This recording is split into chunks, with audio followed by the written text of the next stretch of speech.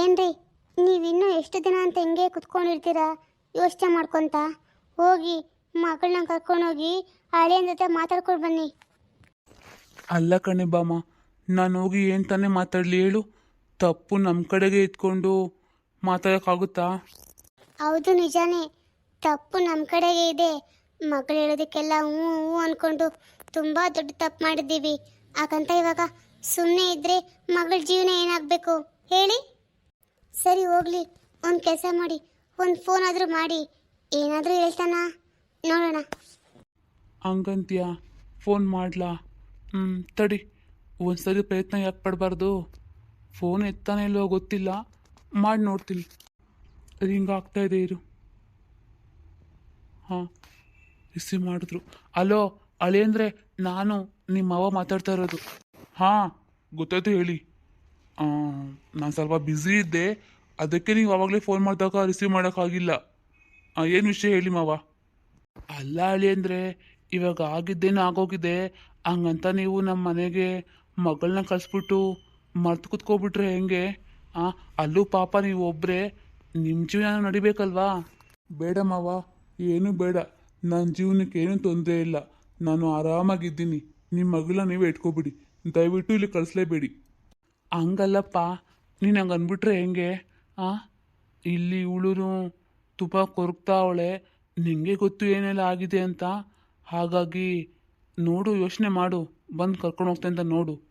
ಅಲ್ಲ, ಕುತ್ಕೊಂಡು ಮಾತಾಡಿದ್ರೆ ಸಮಸ್ಯೆ ಬಗೆಯಿರುತ್ತೋ ಏನೋ ಅಂತ ಅಷ್ಟೇ. ಅಲ್ಲ ಮಾವ, ನೀವೇ ಒಂದು ವಿಷಯ ಹೇಳಿ. ಅಲ್ಲ, ಹೊಟ್ಟೆಲಿ ಹುಟ್ಟಿದ ಮಗುನ ಯಾವ ತಾಯಿ ತಾನೇ ಬೇರೆಯವ್ರ ಕೈ ಕೊಟ್ಬಿಟ್ಟು ಬರ್ತಾಳೆ ಹೇಳಿ? ಅಂತ ಕೆಲಸ ಮಾಡಿದಾಳೆ ನಿಮ್ಮ ಮಗಳು. ನಾನು ಅವಳಿಗೆ ಹೇಳೋಕೆ ಮೊದಲು ನಿಮ್ಮಿಬ್ರಿಗೂ ಹೇಳಬೇಕು. ಅಲ್ಲ, ಅವಳಿಗೇನೋ ಬುದ್ಧಿ ಇಲ್ಲ, ಒಪ್ಕೋತೀನಿ. ನಿಮ್ಮಿಬ್ರಿಗೂ ಬುದ್ಧಿ ಇರ್ಲಿಲ್ವಾ? ಹೊಟ್ಟೆಲಿ ಹುಟ್ಟಿದ ಮಗಳನ್ನ ಇನ್ನೊಬ್ರು ಕೊಟ್ಟು ಬರ್ತಾಳೆ ಅಂದರೆ ಇವಳು ಎಂಥ ಹೆಂಗಿರ್ಬೇಕು? ಇಂಥವಳನ್ನ ಕರ್ಕೊಬಂದು ನನ್ನ ಮನೇಲಿ ಇಟ್ಕೊಂಡ್ಲಾ? ಹೇಳಿ ಮಾವ. ಹೌದಪ್ಪ, ನೀವು ಹೇಳೋದು ಸರಿಯಾಗಿದೆ. ತಪ್ಪು ನಮ್ಮ ಎಲ್ಲರ ಕಡೆಯಿಂದನೂ ಆಗಿದೆ, ಒಪ್ಕೋತೀನಿ. ಹಾಗಂತ ಇವಾಗ ಅದನ್ನು ಹಾಗೆ ಮುಂದುವರ್ಸೋಕ್ಕಾಗಲ್ವಲ್ಲ? ಇಲ್ಲ ಮಾವ, ನನಗಂತೂ ಸಾಧ್ಯನೇ ಇಲ್ಲ. ನನಗೆ ಅವಳು ಬೇಡವೇ ಬೇಡ ಅನಿಸ್ಬಿಟ್ಟಿದೆ. ನನಗಂತೂ ಅವಳ ಮುಖ ನೋಡೋಕೆ ಇಷ್ಟನೇ ಇಲ್ಲ. ರೀ, ಸ್ವಲ್ಪ ಹಂಗೆ ಸ್ಪೀಕರಿಗೆ ಹಾಕಿ, ನಾನು ಮಾತಾಡ್ತೀನಿ. ಇರಪ್ಪ, ಫೋನ್ ಸ್ವಲ್ಪ ಸ್ಪೀಕರಿಗೆ ಹಾಕ್ತೀನಿ. ನೀವು ಮತ್ತೇನೋ ಮಾತಾಡ್ಬೇಕಂತೆ. ಅದು ಅಳಿಯಂದ್ರೆ, ನೀವೇನೋ ಅನ್ಕೊಳ್ಳಲ್ಲ, ಒಂದು ಮಾತೇ ಇಲ್ಲ. ಅಲ್ಲ, ಈಗ ಆಗೋಗಿದೆ. ಹಂಗೆಲ್ಲ ಮತ್ತೆ ಇನ್ನೊಂದ್ಸರಿ ಮಾಡೋಕ್ಕೆ ಹೋಗಲ್ಲ ಅವಳು. ದಯವಿಟ್ಟು ಮನೆ ಕರ್ಕೊಂಡೋಗಿ. ಅವಳು ತುಂಬ ನೀವಿಲ್ಲದೆ ಇರೋಕ್ಕಾಗ್ತಾ ಇಲ್ಲ. ತುಂಬ ಕೊರ್ಗಿ ನನ್ನ ಮಗಳು ಸೊರಗ್ತಾ ಇದ್ದಾಳ್ದಿ. ನಾನು ಆಗಲಿ ಅತ್ತೆ, ಅವಳು ಅನುಭವಿಸ್ಬೇಕು. ಇನ್ನೂ ಕಮ್ಮಿನೇ. ನಾನು ಎಷ್ಟು ನೋವು ತಿಂತಿದ್ದೀನಿ ಗೊತ್ತಾ ನಿಮಗೆ? ಅಲ್ಲ, ನಾನು ಆಗಿದ್ದ ಮಗುನ ನನ್ನ ಕಣ್ಣಿಗೂ ತೋರಿಸ್ತಲೇ ಅವಳು ತೊಗೊಂಡೋಗಿ ಯಾರೋ ಕೊಟ್ಬಿಟ್ಟೆ ಅಂತ ಹೇಳ್ತಾಳಲ್ಲ, ನನ್ನ ಮನ್ಸಿಗೆ ಅವಾಗ ಎಷ್ಟು ನೋವಾಗಿರುತ್ತೆ ಹೇಳಿ? ಕಣ್ಣು ಮುಂದೆ ನಿಮ್ಮ ಮಗಳು ಕಣ್ಣೀರಿಟ್ಟರೆ ನಿಮಗೆ ನೋಡೋಕ್ಕಾಗ್ತಾ ಇಲ್ಲ. ಆದರೆ ನಾನು ನನ್ನ ಜನ್ಮ ಕೊಟ್ಟ ಮಗುನ ಕಣ್ಣಲ್ಲಿ ಒಂದೇ ಒಂದು ಕ್ಷಣ ಕೂಡ ನೋಡ್ದಾರೆ ಹಾಗೆ ಮಾಡಿಬಿಟ್ಲಲ್ಲ ಅವಳು. ನನಗೆಷ್ಟು ನೋವಾಗಬೇಕು ಹೇಳಿ? ನೋಡಿ ಅತ್ತೆ, ನಾನು ನಿಮ್ಮ ಮಾತಿಗೆ ಬೆಲೆ ಕೊಟ್ಟು ಒಂದು ಮಾತು ಹೇಳ್ತೀನಿ. ಈಗಲೂ ಅವಳು ನನ್ನ ಮಗುನ ಹುಡುಕಿ ಕರ್ಕೊಂಡು ಜೊತೆಗೆ ಬಂದರೆ ನಾನು ಅವಳನ್ನ ಹೆಂಡತಿ ಅಂತ ಒಪ್ಕೊಳ್ತೀನಿ, ಕರ್ಕೋತೀನಿ. ಅದನ್ನೇ ಬಿಟ್ಬಿಟ್ಟು ಅವಳು ಒಬ್ಬಳೇ ಬರ್ತೀನಿ ಅನ್ನೋದಾದರೆ ಅವಳು ಅಲ್ಲೇ ಇಟ್ಕೊಂಬಿಡಿ. ಬೇಡವೇ ಬೇಡ ನನಗೆ. ಫೋನ್ ಇಟ್ಬಿಟ್ರು ಕಣೆ ಅವರು. ಅಲ್ಲ ರೀ, ಅವ್ರಿವಾಗ ಏನಂದ್ರು ನೀವು ಕೇಳಿಸ್ಕೊಂಡ್ರಾ? ಅದೇಗಾಗುತ್ತೆ? ಏಯ್ ಅನು, ಏನಾದರೂ ಮಾತಾಡೆ. ಆವಾಗ್ಲಿಂದನೂ ನಾವು ನಿಮ್ಮ ಅಪ್ಪನೇ ಮಾತಾಡ್ತಾ ಇದ್ದೀವಿ. ನೀನಕ್ಕೆ ಹಿಂಗೆ ಕೂತ್ಕೊಂಡಿದ್ಯಾ? ಎಲ್ಲ ಮಾಡಿದ್ದು ಅಲ್ಲೇ. ಅಮ್ಮ, ನಿನಗೆ ಮಗು ಎಲ್ಲಿದೆ ಅಂತ ಗೊತ್ತು ತಾನೇ? ಹಾಂ, ನನಗೇನು ಗೊತ್ತು ಆ ಮಗು ಎಲ್ಲಿದೆ ಅಂತ? ನೀನು ತಾನೇ ಯಾವಾಗ ಕೊಟ್ಬಿಡು ಅಂತ ಹೇಳಿದ್ದು. ನನಗೆ ಗೊತ್ತಿಲ್ಲ ಆ ಮಗು ಎಲ್ಲಿದೆ ಅಂತ. ಅಮ್ಮ, ಸುಳ್ಳು ಹೇಳ್ಬೇಡಮ್ಮ. ನಿನಗೆ ನಿನ್ನ ಮಗಳ ಜೀವನಕ್ಕಿಂತಲೂ ಆ ಮಗುನ ಹೆಚ್ಚಾಯ್ತಾ? ಹಾಂ, ನೋಡು, ನನ್ನ ಗಂಡ ಹೇಳಿದ್ದಾನೆ ಆ ಮಗುನ ಕರ್ಕೊಂಡು ಹೋದ್ರೆ ನನ್ನ ಮನೆ ಕರ್ಕೋತೀನಿ ಅಂತ. ನನಗೆ ಆ ಮಗು ಬೇಕು ಅಮ್ಮ. ನೀನು ಎಲ್ಲಿದೆ ಅಂತ ಹೇಳು, ನಾನು ಅದನ್ನು ಕರ್ಕೊಂಡು ಹೋಗ್ತೀನಿ. ಆ ಮಗು ಸಾಕಿದಾರಲ್ಲ, ಅವಾಗ ಎಷ್ಟು ದುಡ್ಡು ಬೇಕಾದರೂ ಕೊಡ್ತೀನಿ. ಆ ಮಗು ನನಗೆ ಕೊಟ್ಟರೆ ಸಾಕು. ಆ ಮಗುವಿಂದ ನನ್ನ ಜೀವನ ಸರಿ ಹೋಗುತ್ತೆ ಅಂದರೆ ನಾನೇ ಪ್ರಯತ್ನ ಪಡಬಾರ್ದು? ಹಾಂ, ನೋಡೋನು, ನಂಗೆ ನಿಜವಾಗ್ಲೂ ಆ ಮಗು ಎಲ್ಲಿದೆ ಅಂತ ನನಗೆ ಗೊತ್ತಿಲ್ಲ. ನೀನು ಅವತ್ತು ಯಾರಿಗಾದ್ರೂ ಕೊಟ್ಬಿಡಮ್ಮ ಅಂತ ಹೇಳಿದೆಯಲ್ಲ, ಆವತ್ತೇ ನಾನು ಕೊಟ್ಬಿಟ್ಟೆ. ಅದು ನನಗೆ ಯಾರು ತಗೊಂಡ್ರು ಅಂತ ನನಗೆ ನಿಜವಾಗ್ಲೂ ಗೊತ್ತಿಲ್ಲ. ಅಮ್ಮ, ನೀನು ಸುಳ್ಳು ಹೇಳ್ಬೇಡಮ್ಮ. ನನಗೆ ಚೆನ್ನಾಗಿ ಗೊತ್ತು, ನೀನು ಆವಾಗ ಫೋನ್ ಮಾತಾಡ್ತಾ ನಾನು ಕೇಳಿಸ್ಕೊಂಡಿದ್ದೀನಿ. ಆ ಮಗು ಬಗ್ಗೆನೇ ಹೇಗಿದೆ ಚೆನ್ನಾಗಿದೆ ಅಂತ ಕೇಳ್ತಾ ಇರ್ತೀಯ. ಆ ಕಡೆಯಿಂದ ಅವರು ಏನೋ ಹೇಳ್ತಾ ಇರ್ತಾರೆ. ನಾನು ಅಷ್ಟಾಗಿ ತಲೆ ಕೆಡಿಸ್ಕೊಳಕ್ಕೆ ಹೋಗಿರ್ಲಿಲ್ಲ. ಬಾಮ, ಎಲ್ಲಾದ್ರೂ ಹೋಗ್ಲಿ ಆ ಮಗು ಎಲ್ಲಿದೆ ಅಂತ ಹೇಳ್ಬಿಡೆ. ನಿನ್ನ ಮಗಳ ಜೀವನಕ್ಕಿಂತಲೂ ಆ ಮಗು ತೊಗೊಂಡೋರು ನಿಂಗೆ ಮುಖ್ಯ ಆಗಿದ್ದಾರಾ? ಹಾಂ, ಹಂಗಲ್ಲ ರೀ, ನಾನಿವಾಗ ಕೊಟ್ಬಿಟ್ಟೋಗಿ ಯಾವ ಮುಖ ಇಟ್ಕೊಂಡು ಆ ಮಗು ನನಗೆ ಕೊಟ್ಬಿಡು ಅಂತ ಕೇಳಲಿ? ಆ ತಾಯಿಗೆ ಎಷ್ಟು ನೋವಾಗುತ್ತೆ ಯೋಚನೆ ಮಾಡಿದ್ದೀರಾ? ನನ್ನ ಕೈಲಿ ಸಾಧ್ಯನೇ ಇಲ್ಲ.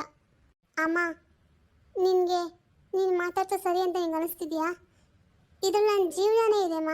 ನೀನು ಏನಾದರೂ ಆ ಮಗು ನನಗೆ ಹೇಳ್ದೆ ಹೋದೆ ಎಲ್ಲಿದೆ ಅಂತ ನಾನು ಮತ್ತೆ ಅದೇ ರೀತಿ ಮಾಡ್ಕೊಬಿಡ್ತೀನಿ. ಸಾಕು, ಮುಚ್ಚೆ ಬಾಯಿ. ನನ್ನ ಬ್ಲಾಕ್ ಮೇಲ್ ಮಾಡ್ತಾಳೆ. ನಿನ್ಗೆ ಬುದ್ಧಿ ಎಲ್ಲೋಗಿತ್ತು? ಹೊಟ್ಟೆಲಿ ಹುಟ್ಟಿದ ಮಗುನ 9 ತಿಂಗಳು ಎತ್ತು ಹೊತ್ತು ಕೊಟ್ಬಿಡು ಅಂತ ಹೇಳ್ತೀಯಲ್ಲ, ನಿಂಗೆ ಆವಾಗ ಜ್ಞಾನ ಇರಲಿಲ್ವಾ? ಹಾಂ, ಇವಾಗ ನಿನ್ನ ಗಂಡ ಬೇಕು ಅನ್ನೋ ಕಾರಣಕ್ಕೆ ಆ ಮಗು ಬೇಕು ಅಂತ ಅನ್ಕೊತಾ ಇದೆಯಾ? ಛೇ ಅಮ್ಮ, ಅದೇನೇ ಆಗಿರಲಿ ಅಮ್ಮ, ಆ ಮಗು ನಂದು. ನನಗೆ ಆ ಮಗು ಬೇಕು ಅಷ್ಟೇ. ಏನು ಮಗು ನಿಂದು? ಮಗು ಬೇಕಾ? ನಾಚೆಗೆಟ್ಟೋಳೆ. ನಾನು ನಿಂಗೆಷ್ಟು ಬೈಲಿ, ಯಾವ ಥರ ಬೈಲಿ, ನನಗೆ ಬೈಗಳೇ ಬರ್ತಾ ಇಲ್ಲ. ಏನಾದರೂ ಮಾಡ್ಕೊ, ನಾನಂತೂ ಖಂಡಿತ ಆ ಮಗು ಇಲ್ಲಿಂದ ನಿನ್ಗೆ ಹೇಳೋದೇ ಇಲ್ಲ. ಅಪ್ಪ ನೋಡಿದ್ಯಾ ಅಮ್ಮ ಹೆಂಗಂತ ಹೇಳ್ಬಿಟ್ಟು ಹೋಗ್ತಾ ಇದ್ದಾರೆ ಅಂತ? ಈ ಅಮ್ಮಂಗೆ ಬುದ್ಧಿ ಇದೆಯಾ ಇಲ್ವಾ ಅಪ್ಪ? ನನ್ನ ಮಗಳ ಜೊತೆ ಸರಿ ಹೋಗ್ಬೇಕು ಅಂತ ಅನ್ಸೋದೇ ಇಲ್ವಾ ಅಮ್ಮನಿಗೆ? ನನಗಿಂತ ಯಾರೋ ಹೆಚ್ಚಾಗ್ಬಿಟ್ಟಿದ್ದಾರೆ. ಅಪ್ಪ ಸ್ವಲ್ಪ ಹೇಳ್ತೀಯ ಅಮ್ಮನಿಗೆ? ಅಯ್ಯೋ, ನನ್ನ ಮಾತು ಯಾರಮ್ಮ ಕೇಳ್ತೀರಾ? ನಾನು ಯಾರಿಗೆ ಏನಂತ ಹೇಳಲಿ? ನಿನಗೆ ಹೇಳಲ್ಲ, ನಿಮ್ಮ ಅಮ್ಮನಿಗೆ ಹೇಳಲ್ಲ? ನನಗಂತೂ ಏನು ಮಾಡಬೇಕು ಅಂತ ಅರ್ಥನೇ ಆಗ್ತಾ ಇಲ್ಲ. ಇದು ಒಂದು ಸಾರಿ ಇದ್ರ ಬಗ್ಗೆ ಮಾತಾಡಿ ನೋಡ್ತೀನಿ. ಆ ಕೆಲಸ ಮಾಡಿಯಪ್ಪ. ಇಲ್ಲ ಅಂದರೆ ಆ ಮಗು ಎಲ್ಲಿದೆ ಅಂತ ಕಂಡುಹಿಡಿಯೋಕ್ಕೆ ಬೇರೆ ಯಾವುದಾದ್ರೂ ದಾರಿ ಇದೆ ಅಂತ ನಾನು ನೋಡ್ತೀನಿ. ಸರಿಯಪ್ಪ, ನಂಗೆ ತುಂಬ ನಿದ್ರೆ ಬರ್ತದೆ, ನಾನು ಹೋಗಿ ಮಲ್ಕೋತೀನಿ. ಅರುಣ್, ನನಗೂ ಕಾರ್ ಡ್ರೈವಿಂಗ್ ಹೇಳ್ಕೊಡಿ, ನಾನು ಕಲ್ತ್ಕೊಳ್ತೀನಿ ಆಯಿತಾ? ಆ ಕುಸುಮ, ಖಂಡಿತ ಹೇಳ್ಕೊಡ್ತೀನಿ. ನಿನಗೆ ಹೇಳ್ಕೊಡ್ದೆ ಮತ್ತೆ ಯಾರಿಗೆ ಹೇಳ್ಕೊಡ್ತೀನಿ ಹೇಳು? ನೀನು ಇವಾಗ ಹೇಳ್ತೀಯಾ, ಆದರೆ ನಿಮ್ಮ ಟೈಮ್ ಎಲ್ಲಿರುತ್ತೆ ಹೇಳು? ಅದಕ್ಕೆ ನಾನು ಡ್ರೈವಿಂಗ್ ಕ್ಲಾಸ್ಗೆ ಹೋಗ್ಬಿಟ್ಟು ಬರಲಾ? 1 ವಾರ ಸಾಕು, ನಾನು ಕಲ್ತ್ಕೊಬಿಡ್ತೀನಿ ಬೇಗ. ಡ್ರೈವಿಂಗ್ ಕ್ಲಾಸಿಗೆ ಹೋಗ್ತೀಯಾ? ಸರಿ, ಹಾಗಿದ್ರೆ ನನ್ನ ಫ್ರೆಂಡೇ ಒಂದಿದೆ, ಹೇಳ್ತೀನಿ ಬಿಡು, ಹೋಗಿ ಕಲ್ತ್ಕೊಳ್ಳುವಂತೆ. ಆಮೇಲೆ ನಂಗೊಂದು ಕಾರ್ ಕೊಡಿಸ್ಬಿಡಿ ಆಯಿತಾ? ಈ ಕಾರ್ ನಿಮಗಾಗುತ್ತೆ, ನನಗೊಂದು ಕಾರ್ ಬೇಕಾಗುತ್ತಲ್ವಾ, ಹಾಗಾಗಿ. ಸರಿ ಬಿಡು ಕುಸುಮ, ಕೊಡಿಸ್ತೀನಿ, ಅಷ್ಟೇ ತಾನೇ? ಅಂದಂಗೆ ಅರುಣ್, 1 ನಿಮಿಷ ಕಾರ್ ಸ್ವಲ್ಪ ಸ್ಲೋ ಮಾಡು. ಸ್ಲೋ ಮಾಡಬೇಕಾ? ಯಾಕೆ? ನಿನಗೆ ಫಾಸ್ಟಾಗಿ ಡ್ರೈವಿಂಗ್ ಮಾಡೋದು ಅಂದರೆ ಇಷ್ಟ ಅಲ್ವಾ? ಇವಾಗ ಸ್ಲೋ ಮಾಡು ಅಂತಿದ್ಯಾ, ಯಾಕೆ? ಅಯ್ಯೋ ಹಂಗಲ್ಲ ಅರುಣ್, ಅಲ್ಲಿ ನೋಡಿ, ಅಲ್ಲಿ ನಮ್ಮಮ್ಮ ಮತ್ತೆ ಅದಕ್ಕೆ ಬರ್ತಾರೆ ಕಾಣಿಸ್ತಿದ್ದಲ್ಲ, ಅದಕ್ಕೆ ಹೇಳ್ತಿರೋದು. ಸ್ವಲ್ಪ ಸ್ಲೋ ಮಾಡಿ. ಹೌದಾ? ಎಲ್ಲಿ? ಅಲ್ಲಿ ನೋಡಿ, ಸೈಡಲ್ಲಿ. ಓ ಹೌದಲ್ಲ, ತಡಿ, ಕಾರ್ ನಿಲ್ಲಿಸ್ತೀನಿ. ಪವಿತ್ರ, ಹೇಗಿದೆಯಾ? ಅರುಣ್, ಚೆನ್ನಾಗಿದ್ದೀನಿ ಕಣೋ. ಅಂದಂಗೆ ನೀವಿಬ್ಬರು ಏನಿಲ್ಲಿ? ಕುಸುಮ ಸ್ವಲ್ಪ ಶಾಪಿಂಗ್ ಹೋಗ್ಬೇಕು ಅಂತಂದ್ಲು, ಅದಕ್ಕೆ ಹೋಗ್ತಾ ಇದ್ವಿ. ರೋಡಲ್ಲಿ ನೀವಿಬ್ರು ಕಂಡ್ರಲ್ಲ, ಹಾಗೆ ಮಾತಾಡ್ಸ್ಕೊಂಡು ಹೋಗೋಣ ಅಂತ ಬಂದ್ರಿ. ಅತ್ತೆ, ನೀವು ಹೇಗಿದ್ದೀರಾ? ಅಪ್ಪ, ನಾವು ಚೆನ್ನಾಗಿದ್ದೀವಿ. ಅಂದಂಗೆ ನಿಮ್ಮನ್ನೆಲ್ಲ ಚೆನ್ನಾಗಿದ್ದಾರೆ ತಾನೆ? ಚೆನ್ನಾಗಿದ್ದಾರೆ ಅತ್ತೆ. ಪವಿತ್ರ, ಅಂದಂಗೆ ಎಲ್ಲಿ ಹೋಗಿದ್ರಿ? ಮಾರ್ಕೆಟಿಗೆ ಹೋಗಿದ್ರಾ? ನಡ್ಕೊಂಡು ಹೋಗ್ತಿದ್ದೀರಲ್ಲ, ಬನ್ನಿ ಡ್ರಾಪ್ ಮಾಡ್ತೀನಿ. ಇಲ್ಲ ಅರುಣ್, ಮನೆ ಇಲ್ಲೇ ಹತ್ರದಲ್ಲಿದೆ, ಹಾಗಾಗಿ ನಾವು ನಡ್ಕೊಂಡೇ ಹೋಗ್ತೀವಿ. ಮನೆ ಹತ್ರ ಇದೆಯಾ? ಯಾಕೆ ಪವಿತ್ರ ಸುಳ್ಳು ಹೇಳ್ತೀಯಾ? ಮನೆ ಇನ್ನೂ ತುಂಬ ದೂರ ಇದೆ ಅಲ್ವಾ? ಇಲ್ಲಲ್ಲಿದೆ ನಿಮ್ಮ ಮನೆ. ಓ ಕುಸುಮ, ನಿನ್ನ ವಿಷಯ ಗೊತ್ತಿಲ್ವಲ್ಲ? ನಾನು ಅದಕ್ಕೆ ನಿಮ್ಮ ಮನೆಗೆ ಹೊತ್ತು ಬಂದಿದ್ದು ಕುಂಕುಮಕ್ಕೆ ಕರೆಯೋಕ್ಕೆ. ಆದರೆ ನೀವ್ಯಾರೂ ಬರಲಿಲ್ವಲ್ಲ, ಮನೆ ಚೇಂಜ್ ಆಗುತ್ತೆ ಇವಾಗ ನಮಗೆ, ನಿನಗೆ ಗೊತ್ತಿಲ್ವಾ? ಓ ಹೌದಲ್ವಾ, ಸಾರಿ, ನಾನು ಮತ್ತೆ ಹೋಗ್ಬಿಟ್ಟಿದ್ದೆ. ಹಾಗಾದರೆ ಬನ್ನಿ, ಇಬ್ಬರು ಡ್ರಾಪ್ ಮಾಡಿಸ್ತೀನಿ ನಾನು. ಬೇಡ ಬೇಡ, ನಮಗೆ ಅಂಥ ಅವಶ್ಯಕತೆ ಏನೂ ಬಂದಿಲ್ಲ. ಕವಿತಾ, ನಡಿ, ನಾನು ನಡ್ಕೊಂಡೇ ಹೋಗೋಣ. ಈ ದುರಂಕರಕ್ಕೆಲ್ಲ ಏನೂ ಕಡಿಮೆ ಇಲ್ಲ. ಕುಸುಮ, ನಾಲ್ಗೆ ಬಿಗಿ ಹಿಡಿದು ಮಾತಾಡು. ಅದು ರೋಡಲ್ಲಿ ದೊಡ್ಡವರು ಚಿಕ್ಕವರು ಅಂತೆಲ್ಲ ಗೌರವ ಇಲ್ದಲೆ ಅಮ್ಮನಿಗೆ ಈ ಥರ ಇದು ಮಾತಾಡ್ತೀಯಾ? ಅರೆ, ನಿನಗೇನಾಯ್ತು ಪವಿತ್ರ? ನಾನು ನಮ್ಮಮ್ಮನಿಗೆ ಬೈದಿದ್ದು, ನಿಮ್ಮಮ್ಮಂಗಲ್ವಲ್ಲ. ನೋಡು, ನಮ್ಮಮ್ಮ ಬೇರೆ ಇಲ್ಲ, ನಿಮ್ಮಮ್ಮ ಬೇರೆ ಇಲ್ಲ, ನಂಗಿಬ್ರು ಒಂದೇನೆ. ಹಾಗಾಗಿ ಸ್ವಲ್ಪ ರೆಸ್ಪೆಕ್ಟ್ ಕೊಟ್ಟು ತಗೋ, ಸರಿನಾ? ಇದೇನು ಪವಿತ್ರ, ನಿನ್ನ ಮಾತಿನ ದಾಟಿನೇ ಚೇಂಜ್ ಆಗಿಬಿಟ್ಟಿದೆ. ಇಷ್ಟೊಂದು ಜೋರಾಗಿ ಮಾತಾಡ್ತಿರೋದು ನನ್ನ ಹತ್ರನೇ? ಏನು ನಿನ್ನ ಹತ್ರ ಅಂದರೆ ನಿನ್ನೆ ಹಿಡ್ಕೊಂಡಿದ್ದಾವ? ನಿಮ್ಮ ಮೇಲೆ ನೀನು ಹೇಗಿದೆಯೋ, ನಮ್ಮ ಮೈನಲ್ಲಿ ನಾನು ಹಾಗೇ ಇದ್ದೀನಿ. ನಮ್ಮ ಅತ್ತೆ ಹತ್ರ ಮಾತಾಡಬೇಕಾದ್ರೆ ಸ್ವಲ್ಪ ಭಯ ಭಕ್ತಿಯಿಂದ ಮಾತಾಡು, ಆಯಿತಾ? ನಿಮ್ಮ ಅತ್ತೆಗೆ ಯಾವುದು ಏನಾದರೂ ಬೈದೆ ನೀನು ಸುಮ್ಮನೆ ಇರ್ಬೋದೇನೋ, ಆದರೆ ನಾನು ನಮ್ಮ ಅತ್ತೆಗೆ ಯಾವ್ದು ಬೈದರೆ ಸುಮ್ಮನೆ ಇರಲ್ಲ. ಅಯ್ಯೋ, ನಿಂದೊಳ್ಳೆ ಆಯ್ತಲ್ಲ, ನಾನೇನಂತ ಬೈಬಾರ್ದು ಬೈದೆ? ಅಮ್ಮ, ಸ್ವಲ್ಪ ಹೇಳಿ ಬುದ್ಧಿಗೆ ನಿಮ್ಮ ಸೊಸೆಗೆ. ನಾನು ಬುದ್ಧಿ ಹೇಳಿದ್ರೆ ಕೇಳೋಕೆ ನನ್ನ ಮಗಳೇ ರೆಡಿಯಾಗಿಲ್ಲ, ಇನ್ನು ನನ್ನ ಸೊಸೆ ಎಲ್ಲಿ ಕೇಳ್ತಾಳೆ? ಅವಳೇ ಅಂದಿದ್ರೂ ತಪ್ಪಿಲ್ಲ ಬಿಡು. ಅವಳಿಗೆ ಅವ್ರ ಅತ್ತೆ ಮೇಲೆ ತುಂಬ ಗೌರವ ಜಾಸ್ತಿ, ಪ್ರೀತಿ ಭಯ ಭಕ್ತಿ ಎಲ್ಲ ಜಾಸ್ತಿನೇ. ಅದಕ್ಕೆ ನನ್ನ ಪರ ಮಾತಾಡ್ತಾವಳೆ. ಅದು ಎಲ್ಲ ಬಿಟ್ಟಿರೋ ನಿನಗೆ ಅರ್ಥ ಆಗ್ತಿಲ್ಲ ಅಷ್ಟೇ. ಅಮ್ಮ, ನಿನ್ನೆ ಮೊನ್ನೆ ಬಂದ ಸೊಸೆ ಮುಂದೆ ನಿನ್ನ ಮಗಳಿಗೆ ಮಾನ ಮರ್ಯಾದೆ ಕಳಿಸ್ತೀಯಲ್ಲ, ಇದು ಸರಿನಾ? ಹಾಂ, ಏನೇ ಮಾನ ಮರ್ಯಾದೆ ನಿನ್ಗೊಬ್ಬಳಿಗೆ ಇರೋದಾ? ಎಲ್ಲ ಮರ್ತು ನನ್ನ ಸೊಸೆ ನಿನ್ನ ಮನೆಗೆ ಕರೆಯೋಕ್ಕಂತ ಬಂದರೆ ನನ್ನ ಸೊಸೆಗೆ ಅವಮಾನ ಮಾಡಿ ಕಳಿಸ್ತೀಯಾ? ಹಾಂ, ಏನು ನಾನು ಅವಮಾನ ಮಾಡಿ ಕಳ್ಸದ್ನಾ? ಹೋ, ನೀನು ಸೊಸೆ ಆಲ್ರೆಡಿ ಬಂದು ನಿನಗೆ ಫಿಟ್ಟಿಂಗ್ ಇಟ್ಬಿಟ್ಟಿದ್ದಾಳಾ? ಏನೇ ಪವಿತ್ರ, ನೀನು ಇಷ್ಟು ಕೆಟ್ಟೋಳು ಅಂತ ಅನ್ಕೊಂಡಿರೋದಿಲ್ಲ. ನಮ್ಮ ಮನೆಗೆ ಬಂದಾಗ ಎಷ್ಟು ಮಳ್ಳಿಯಾಗಿದ್ದು ಬಂದ್ಬಿಟ್ಟೆ, ಇಲ್ಲಿ ತಾಯಿ ಮಗಳಿಗೆ ತಂದಿಟ್ಟು ಕೆಲಸ ಮಾಡ್ತಾ ಇದೆಯಾ ನೀನು? ಕುಸುಮ, ನಾಲ್ಗೆ ಬಿಗಿ ಹಿಡ್ದು ಮಾತಾಡು. ನನ್ನ ಅಕ್ಕನಿಗೆ ಅವಳು ಇವಳು ಅಂತ ಮಾತಾಡ್ತೀಯಾ? ಹಾಂ, ಅರುಣ್, ನೀನು ಅದೇ ಸೇರ್ಕೊಂಡು ನನ್ನ ಬೈಬೇಡ. ಒಂದು ನಿಮಿಷ ಈ ಕಡೆ ಬಾ. ನೋಡಮ್ಮ, ಶ್ರೀಮಂತರ ಮನೆಯಿಂದ ಏನು ತಗೋ ಬಂದ್ಬಿಟ್ಟಿದ್ದೀನಿ ಅಂತ ತುಂಬ ಜಂಬ ಕೊಚ್ಕೊಳ್ಳೋಕೆ ಹೋಗ್ಬೇಡ. ಇವಳು ಶ್ರೀಮಂತಿಕೆ ಎಲ್ಲ ಮುಗ್ದೋಗಿದೆ. ಇವಳು ಯಾವಾಗ ನಿಮ್ಮ ಮನೆಗೆ ಸೊಸೆಯಾಗಿ ಬಂದ್ಲೋ ಆವಾಗಲೇ ಇವಳು ಹಣೆ ಬರ ಬದಲಾಗ್ಬಿಟ್ಟಿದೆ. ನೋಡು ಇವಳು ಪರಿಸ್ಥಿತಿ ಹೆಂಗಿದೆ ನೋಡು. ಬರಿಗಾಲ ನಡ್ಕೊಬಂದು ತರಕಾರಿ ತಗೊಂಡು ಚೇಚೆ. ಆದರೆ ನನ್ನ ರೇಂಜ್ ನೋಡು ನಾನು ಹೇಗಿದ್ದೀನಿ ಅಂತ. ಅದಕ್ಕೆ ಹೇಳೋದು, ಹಣೆ ಬರಹ ಯಾವಾಗ ಯಾರಿಗೆ ಹೇಗಾದ್ರೂ ಚೇಂಜ್ ಆಗ್ಬೋದು. ಹಾಗಾಗಿ ಸ್ವಲ್ಪ ಹುಷಾರಾಗಿರಿ ಇಬ್ರು. ನಾನಿನ್ನ ಏನು ಅನ್ಕೊಬಿಟ್ಟಿದೆ ಪವಿತ್ರ. ಆದರೆ ನೀನು ಮದುವೆ ಆದಮೇಲೆ ಈ ರೀತಿ ಬದಲಾಗ್ತೆ ಅಂತ ನಾನು ಖಂಡಿತ ಅಂದ್ಕೊಂಡಿರಲಿಲ್ಲ. ಏನಿದೆ ನಿನ್ನ ಪರಿಸ್ಥಿತಿ? ಹಾಂ, ಕಾಲಕ್ಕೆ ಚಪ್ಪಲಿ ಇಲ್ಲ, ಒಂದು ಆಟೋಲಿ ಹೋಗೋಕ್ಕಾಗ್ತಾ ಇಲ್ಲ.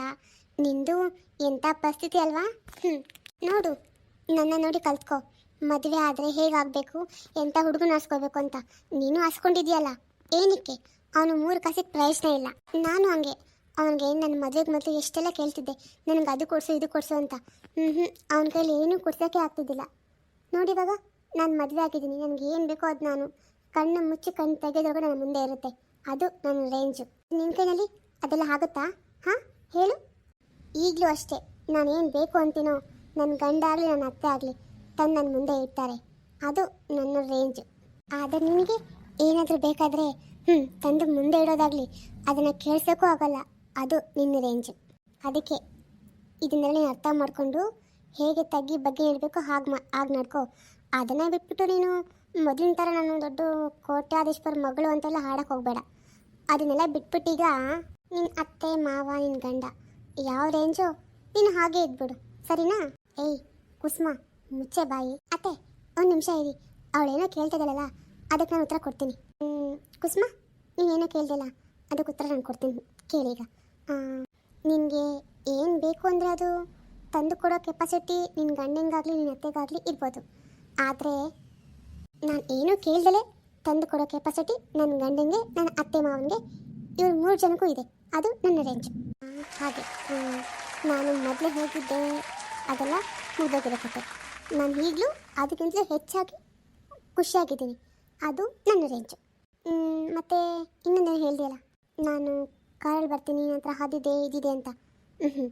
ನನಗೆ ಹೆತ್ತ ಮಗಳಿಗಿಂತಲೂ ಅವಳಿಗಿಂತಲೂ ಹೆಚ್ಚಾಗಿ ನೋಡ್ಕೊಳ್ಳೋ ಅತ್ತೆ ಮಾವ ಇದ್ದಾರೆ. ಅದು ನನ್ನ ರೇಂಜು. ನನಗದು ಸಾಕು. ನಾನು ಅಂದ್ಕೊಂಡಿದ್ದೀನಿ ನೀನು ತುಂಬ ಬದಲಾಗಿರ್ತೀಯ, ಪಶ್ಚಾತ್ತಾಪ ಆಗಿರುತ್ತೆ ಅಂತ. ಅದೆಲ್ಲ ನಿನಗೆ ಯಾವುದೂ ಕಾಣಿಸ್ತಾನೇ ಇಲ್ಲ. ಆದರೆ ನಿನಗೆ ತುಂಬ ದುರಂಕಾರ ಬಂದ್ಬಿಟ್ಟಿದೆ. ಅದು ಮಾಮೂಲು ದುರಂಕಾರ ಅಲ್ಲ, ಈ ಶ್ರೀಮಂತಿಕೆ ದುರಂಕಾರ. ನನಗೆಲ್ಲ ಇದೆ ನಿಮಗೆಲ್ಲ ಏನೂ ಇಲ್ಲ ಅಂತ. ಅದು ಒಳ್ಳೇದಲ್ಲ. ಇದನ್ನು ನೀನು ತೋರಿಸ್ಕೋ ಬೇರೆಯವ್ರ ಹತ್ರ, ನಿನ್ನ ತಾಯಿ ಅತ್ತಿಗೆ ಹತ್ರ ಅಲ್ಲ. ಒಂದು ಕೆಲಸ ಮಾಡು, ತುಂಬ ಬಿಸಿಲಿದೆ, ಹಾಗಾಗಿ ಕಾರ್ ಒಳಗೆ ಕುತ್ಕೊಂಡು AC ಹಾಕೋ. ಇಲ್ಲ ಅಂದರೆ ನಿನಗೆ ಮೊದಲೇ ಕಣ್ಣು ಕಾಣಿಸಲ್ಲ ಅಂತ ಅತ್ತೆ ಹೇಳ್ತಿದ್ರು. ತಲೆ ತಿರುಗಿ ಬಿದ್ದೋಗ್ಬಿಟ್ರೆ ಎತ್ಕೊಂಡು ಹೋಗೋಕ್ಕಾಗಲ್ಲ ನನ್ನ ತಮ್ಮನ ಕೈನಲ್ಲಿ. ಅದಕ್ಕೆ ಹೇಳ್ತೀನಿ. ಬೇಡ ಪವಿತ್ರ, ತುಂಬ ಮಾತಾಡ್ತಾ ಇದೆಯಾ, ಇದು ಸರಿ ಇಲ್ಲ. ಇನ್ನೊಂದು ವಿಷಯ, ಇದೇ ಕೊನೆ ಸಾರಿ. ಮತ್ತೆ ಒಂದು ಸಾರಿ ನಾನು ಏನಾದರೂ ಪವಿತ್ರ ಅಂತ ಕರೆದ್ರೆ ಕೆನ್ನೆಗೆ ಬಾರಿಸ್ತೀನಿ. ಅತ್ತಿಗೆ ಅಂತಲೇ ಕರಿಬೇಕು. ಆಗಲ್ಲ ಅಂತ ಅಂದ್ಯೋ ನನ್ನ ಕೈ ನಿನ್ನ ಕೆನ್ನೆ ಮೇಲಿರುತ್ತೆ. Be careful. ಅತ್ತೆ ಬನ್ನಿ, ನೀನು ನನಗೇನೋ ಅಡುಗೆ ಹೇಳ್ಕೊಡ್ತೀನಿ ಅಂತ ಹೇಳಿದ್ರಲ್ವಾ, ಬನ್ನಿ ಹೇಳ್ಕೊಡಿ. ನಾವು ರುಚಿಯಾಗಿ ಅಡುಗೆ ಮಾಡ್ಕೊಂಡು ತಿನ್ನೋಣ, ಸರಿನಾ? ಈ ಪುಣ್ಯ ಕೆಲವರಿಗೆ ಸಿಗೋದೇ ಇಲ್ಲ. ಅರುಣ್, ನಾವೇನು ಬರ್ತೀವಪ್ಪ. ನೀನು ಹೆಂಡತಿ ಜೋಪಾನ ಕರ್ಕೊಂಡೋಗಿ ಮನೆಯೊಳಗೆ ಬಿಟ್ಕೊ, ಸರಿನಾ? ಎಷ್ಟು ದುರಂಕಾರ ಇರಬೇಕು ಇವಳಿಗೆ. ನಾನೇ ಬೈದು ಹೋಗ್ತಾಳಲ್ಲ. ಸಾಕಾ ಆಗಿದ್ದು ಮರ್ಯಾದೆ? ಬಾ ಹೋಗೋಣ.